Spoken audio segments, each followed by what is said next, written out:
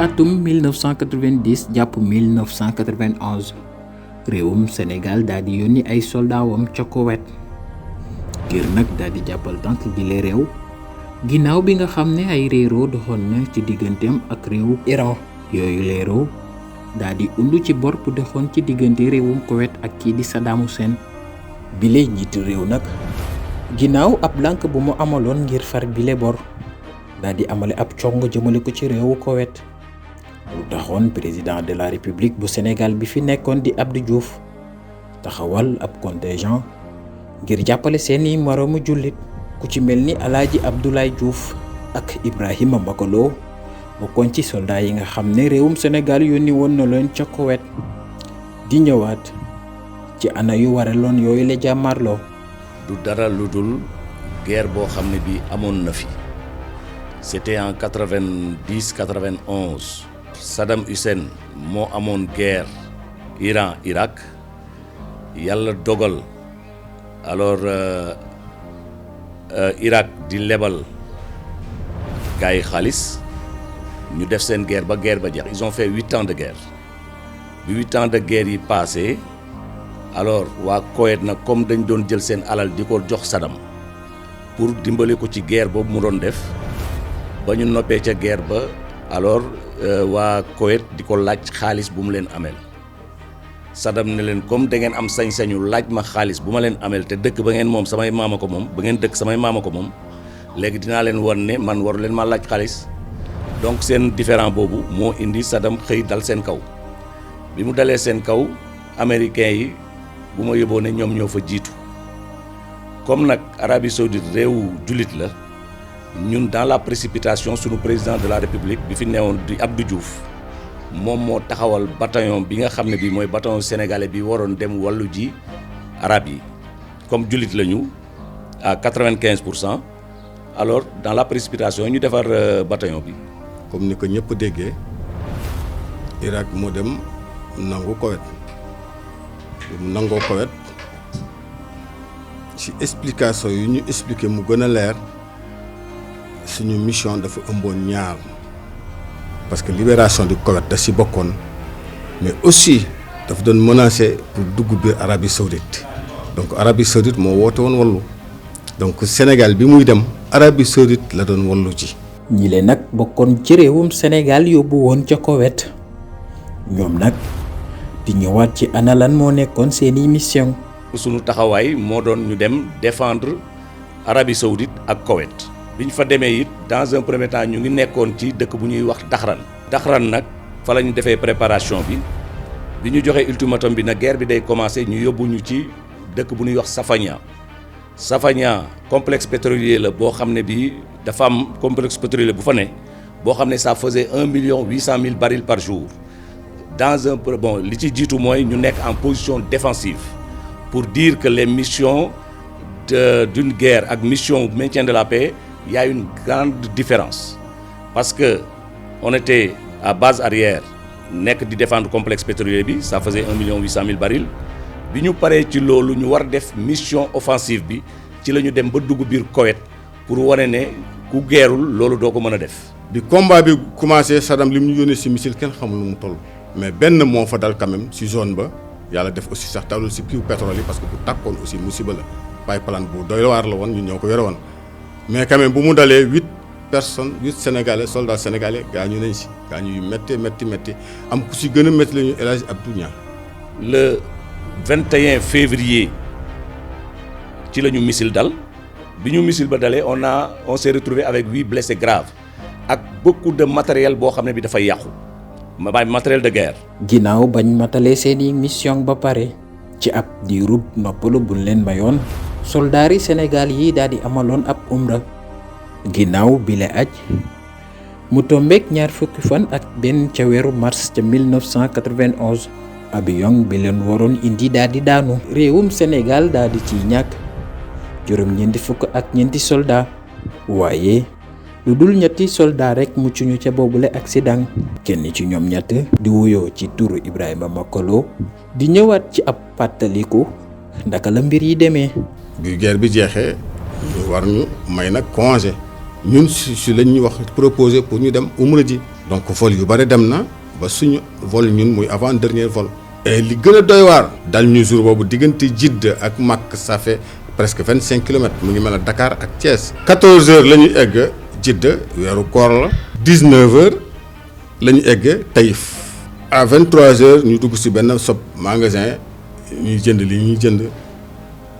seru Jidda temps yooyu moo xewoon te xëy na loolu rek la ku nekk amoon kenn ku ne ni lii dama ko jëndal sama soxna ñuy jënd ay équipement pour seeni doom. ay wëgmaan moo xewoon en tout cas daal jënd nañ fa lu xaw a bëri tuuti bi ñuy génnee jubal directement aéroport ba ci biir camp ba donc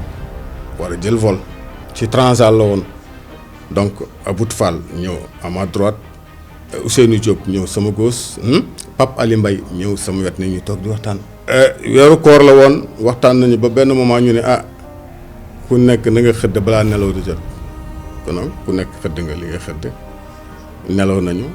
man 1 mois et quelques lay doog a yeewu hôpital yéegu ma la xew donc crasse bi mënu ma la wax lii la le rumeur yu ne dégg naa ko nag mais daal xam naa ne bi vol bi jógee ba altitude normale nelaw naa. avion ba yeboon na 96 combattants yoo xam ne ñoo nekkoon ci avion ba yàlla dogal ña fa nekkoon ñëpp wàcc liggéey ba mu des ñetti nit Ibrahima Makolo la. ak Ibrahima Biaye wala Mamadou Biaye ak Sané. seeni waajur wala seeni doom wala seeni soxna jotuñu ci ñoom parce que foofu lañ leen enterré.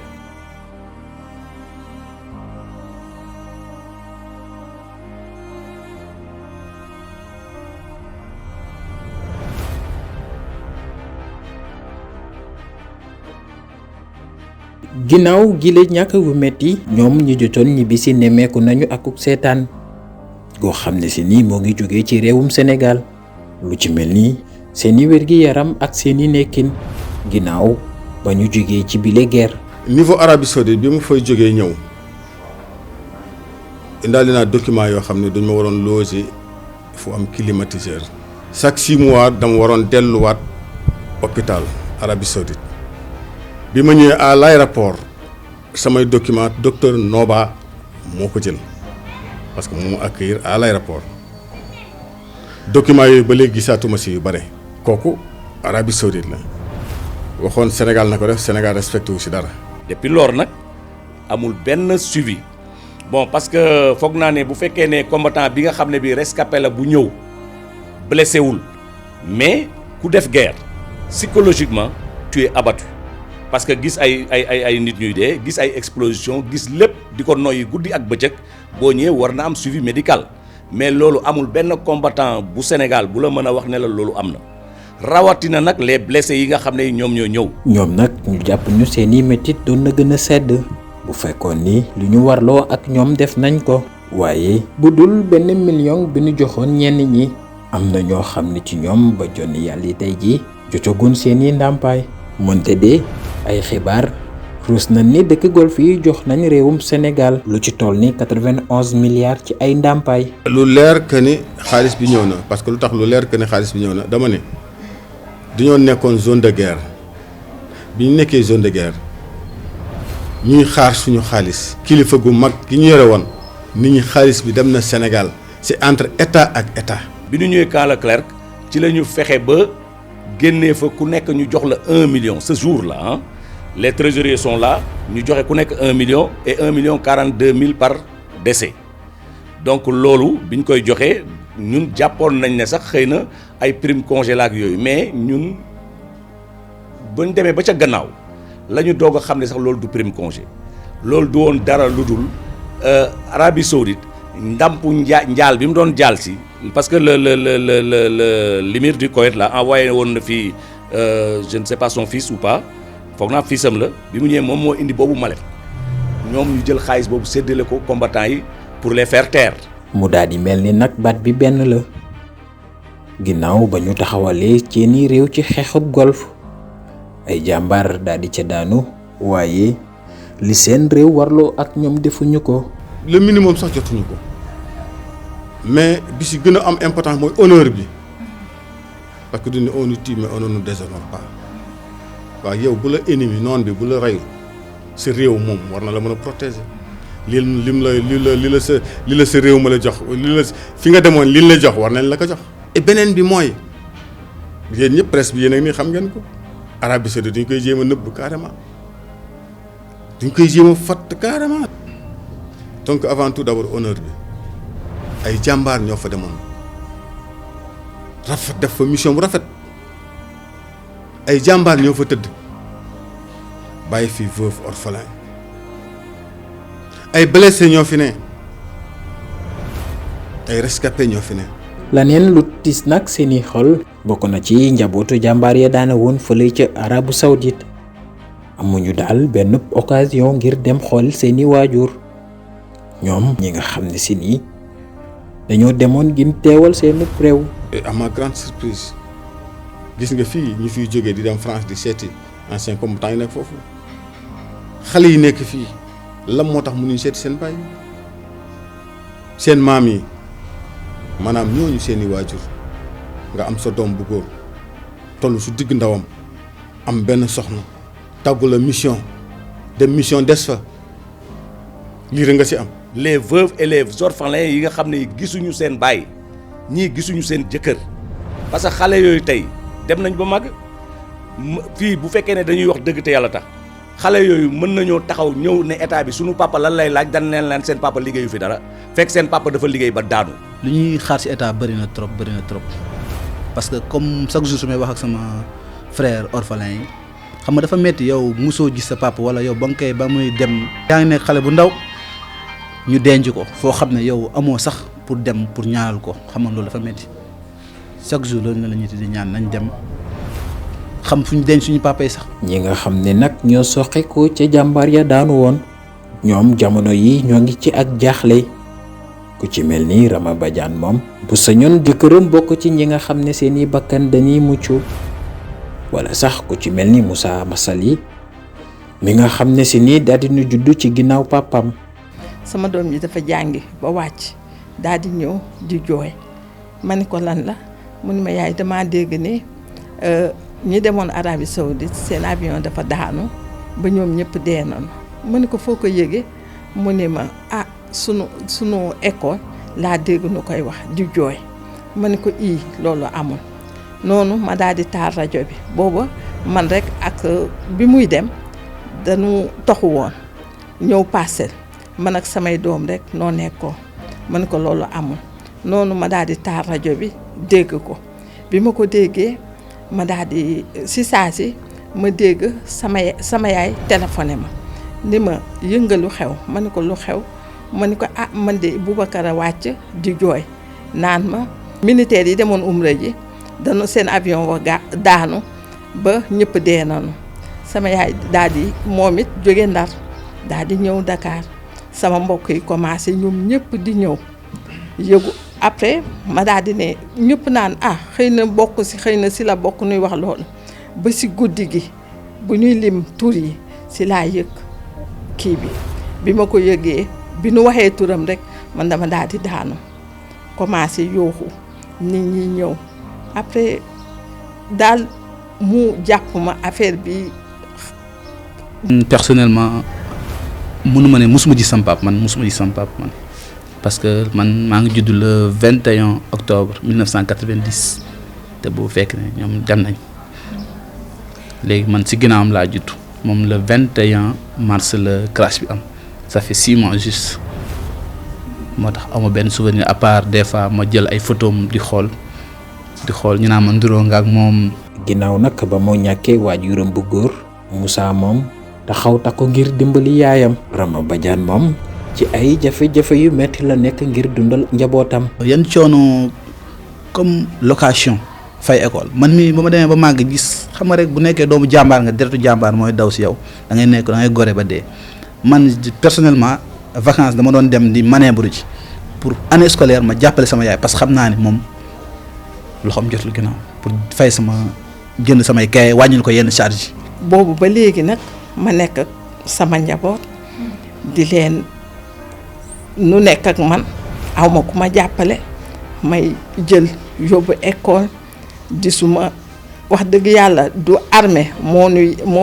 nu jàppale ci éducation xale yi waaw ñun nooy def ak sunu mbokk nooy jël seen xaalis di nu dimbali di dugal sama sœur yi di bu école ubbee nu dem jëndi fourniture jox ma lu ma inscrire xale yi pension bi matul dara bu ma si bëggee fay kër faye si sama jàng doom yi xale yi duñ dem fenn. ñoom ñii di jabar wala sax doom amuñu benn ndimbal bu jógee ci réewub Sénégal lu nekk nag lu xam ne si nii lu ñu war a xoolaat la ginnaaw ba nga xam ni seeni réew rek moo leen ñoroon. ma nekk si loolu laa nekk ba sama doom ji am bac arabe ki doon jàng def électricien bi mu demee ba mënatul dem ma ne ko léegi il faut nga mënuma ñoom ñëpp di leen fayal léegi mu mujj arrêté jàngam kii am bagu arabe ma ne ko woon boo amee ñu jéem a xool ndax fan lañ la war a mën a yóbbu kii nii moom dafa mujj obligé dem di defi journalier ku gën ki ndaw am na licence fi mu nekk nii jàng na ba am bagam am licence am mi ngi nii toog si kër gi. waaw maa demal sama bopp ba am sama bac dem université Saint-Louis jóge université Saint-Louis ñëw defaat formation PSG jóge PSG ñëwaat encore def formation IMAN waaw am naa 3 diplômes différents quoi. am naa sama licence en géographie écosystème et environnement UGB am naa aussi diplôme gestion des entreprises production animale et végétale PSG am naa aussi sama diplôme gestion des entreprises et de l'administration IMAN aussi. ci jamono yi ñu toll nag ñoom ci ak wéetaay gu metti la ñuy yeewoo bés bu yàlla sàkk. coono bi may daj moom la sama veuve yëpp moom la ñuy dund ndax ku si nekk tey jii sa yaay da nga ko fe bi sa jëkkër di gaañu fekkoon na sa yaay di luye nga ñëw léegi bi sa jëkkër gaañoo sa yaay kër ga mu luye xajoo fa tu es obligé nga génn luye benn néeg yow sa njaboot nekk di daw di leen jox nuy lekk boo amul frère bu la dimbali wala nga am yaay ju la dimbali te genn wàll gi yëpp tey jii di satunu seen yaay ñoom noo fi nekk di dimbali seen doom yi boobu ba léegi si loolu la ne waaw tey bu nu sañoon sunu doom yi daanu jàng ba fu nu bëgg egg fa. des fois dama doon su ma fàttalikoo dama doon dem école di jàng su ma demee jàng des fois ñu ne ngeen woo seen papa yi ñu jël ci seen kay compo bon yàlla may na ma bon dama doon bokk d'habitude ci 5 premières yi mais bu ñu nee woo leen seen papa muy ñëw rek man damay tëgg table di jooy ma laaj lan ngay jooy may leen non dara ma jéem ma dem mais xam nga dafa metti nga dund sans sa papa te man sama papa dafa nekkoon moom kese la woon papa moom kese la amoon. man mu ñëw mu am man kese ma gis sama yaay souffrance bi muy dund xam nga màgg sans sa papa instant yi nga dem ba màgg war a gis sa papa mu taxaw la des fois nga ànd mu lay wax àdduna lii nga toog gisoo papa yaay rek ngay gis yaay nekk si coono xam nga dafa métti. baneen jafe-jafe bokk na ci coono ngir am dëkkuwaay yi lay famille nag di ñaawlu ceetaan ki nga xam ne moo ngi jógee ci l'armée bu Sénégal teg si di ñaax kii di président de la République mu jàppale daal famille yi nga xam ne ñoo jógee ci yooyu les soldats. ànd naa fii terrain comico versé sunu famille dimbali ma ba ma versé 1,650,000 bi ma toogee 2 ans 3 ans 4 ans danu ma mujj delloo sama kii ni ma comme aw ma lu ma ko mottalee delloo ma sama kayit. noonu lan ma delloowee sama kayit te loolu metti na ndax yow kii ay famille am dajale ba am 1,600,000 jox leen ko yaakaar naa ne armée warul woon ñàkk pour mën maa jox terrain bu ma dugal sama njaboot mais dañ ma delloo kayit yi.